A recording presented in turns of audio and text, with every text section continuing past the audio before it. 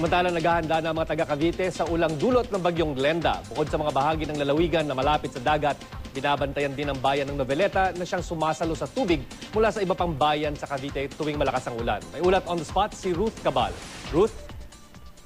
Sino sa mga oras na ito ay maaraw pa nga at wala pang pag-ulan dito sa Cavite. Pero kailalim sa signal number 2 ito at bukod sa pagbaha ay mahigpit din binabantayan ang storm surge. Sa Cavite City na napapalibutan ng karagatan, nag-abiso na ang lokal na pamahalaan sa mga barangay sa tabing dagat na maghanda na sa posibleng paglikas. Ayon kay Mayor Bernardo Paredes, 37 sa 84 na barangay nila sa Cavite City ang vulnerable sa pagbaha at storm surge.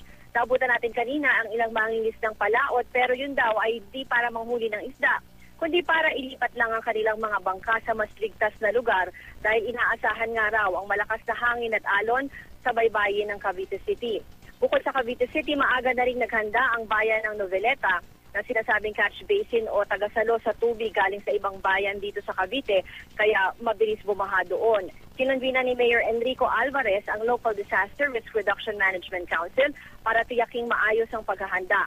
Nakaayos na rin ang mga rescue equipment tulad ng mga life jacket, pati na rin yung kanilang mga rubber boat. May 24 oras naman na CCTV na nakatutok sa mga ilog para ma-monitor kung tataas at aabot sa critical level ang mga ito, hudyat para lumikas ang mga residente. Kasama rin sa binabantayan naman ng provincial government ang ilan pang bayan sa may baybaying dagat, kasama na ang Bacoor at Rosario. Chino?